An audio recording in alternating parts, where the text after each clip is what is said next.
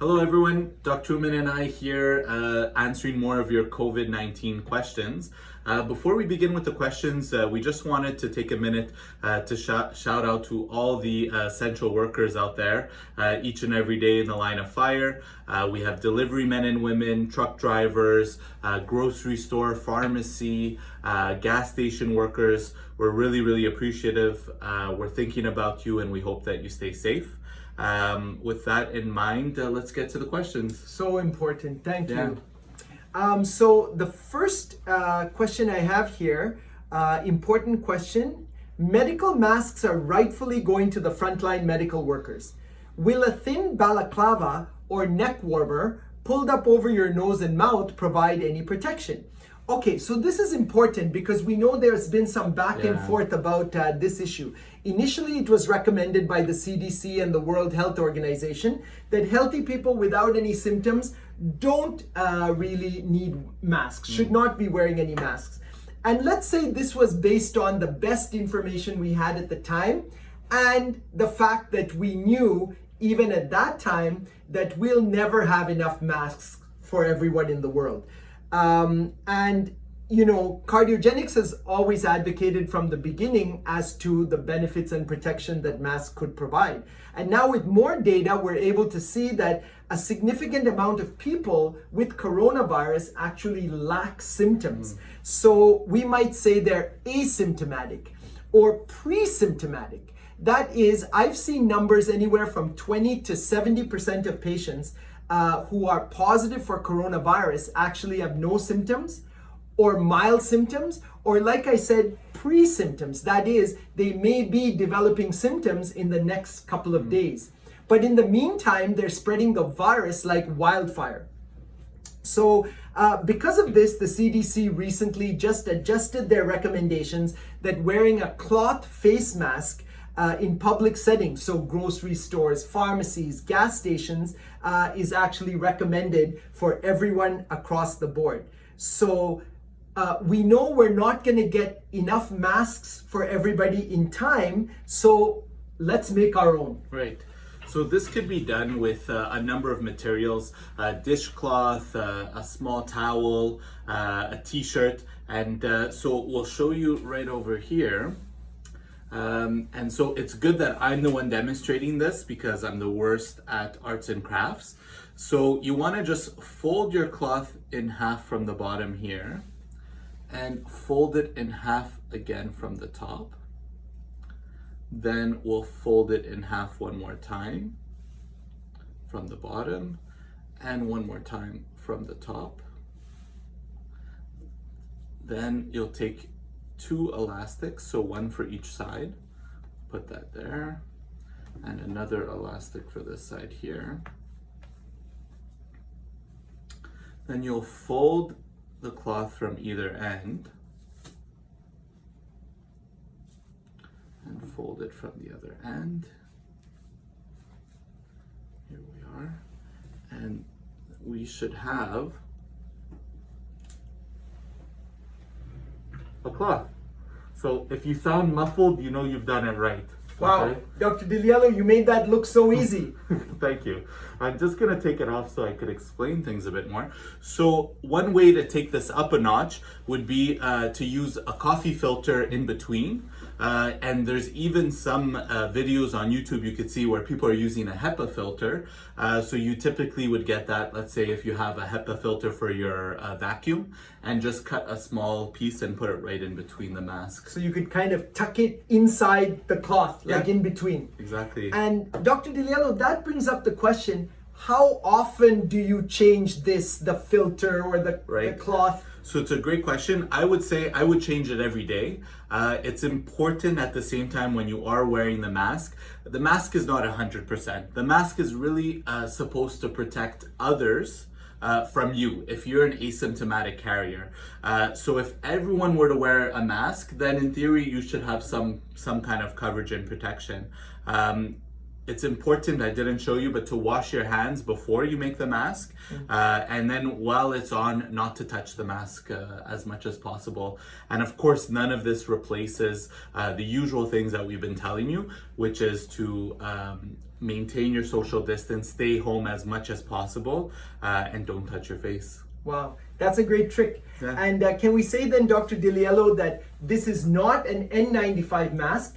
It's the best we can do in the given circumstance when you're going outside or even inside, and keep your 6 feet, like you said. That's perfect. Okay, I have another question over here. Actually, it seems to be Yeah. a couple of questions grouped together. Yeah. So let me read the first one. I would like to know when and how you'll start testing people for immunity. I know a lot of countries have already started, but I'm not sure ours. Right. And in the same light, we have another question. So just before the large outbreak and isolation measure took place, I became very sick with what I recognize now as all the COVID-19 symptoms. I recovered well. However, I wonder if I had contracted COVID-19. Is there any way to know if I'm now immune? And another one along the same lines. Similar question and context I had symptoms consistent with COVID-19. I was diagnosed with bronchitis and prescribed antibiotics. The cough lasted a total of about 10 days. Did I have the coronavirus? Is it possible I was able to get over it so quickly because I was up to date in all my vaccines, and they mentioned the flu shot, the pneumovax, the Shingrix, etc.? So these are all great questions and all along the same theme. So as we mentioned previously, we're currently at the first phase of testing, right? So we're testing people who are symptomatic or who've had a clear context of exposure to someone who was positive. We could kind of theorize that the next phase would be to test the people that are asymptomatic, which I hope that the government will do eventually. And then the third and final phase would be to start testing antibodies. So to start testing if people are protected against the coronavirus, either because they've had it and suffered through it, or they were exposed to it and their body was able to make antibodies. So at this point, the CDC just started rolling these tests out. They're obviously going to start testing the hotspots first, like New York City. And then they'll start to test the healthcare workers and then the general public. But there's not really any specific data right now as to when we're going to have access to them. If I had to guess, in an educated way, I'd say about 1 to 2 months at least before we get those tests. That's true. And let's clear this up because there seems to be some confusion. If you test negative on a nasopharyngeal swab, it just means that you're negative at that moment. Right. You could leave your house and then become positive and you have absolutely no protection and no immunity. So testing negative in and of itself on a nasopharyngeal swab does not mean that you get a break from the quarantine and can go see your friends, etc. You can still get infected, and keep in mind the test is only 50 to 70% accurate, so even that we have to take into consideration. There's another side to this equation also. How about the patients that tested positive? They truly had coronavirus, they were positive, they recovered, we did another test on them, and let's say we could prove truly they were negative. Now, those patients still have to be careful. Yes, sure enough, they've developed some antibodies. I would say they have a very good protection against future contracting the disease, the coronavirus disease. But they still have to be careful because let's say they have the carrier state. They have their own internal immunity. They may be protected, but they may carry the virus in their system. They may still be able to pass it on. We don't have enough data. They may still be able to pass it on and cause serious harm or death to somebody unsuspectingly. So there's these two scenarios where a swab may be negative and everyone still needs to be careful. So this is a really good point, and going back to the how sensitive the actual test is. So 50 to 70%. So that means you have 30 to 50% of people who get a negative test, and it's a falsely negative test. So no matter what your results are, I think you just have to maintain that quarantine.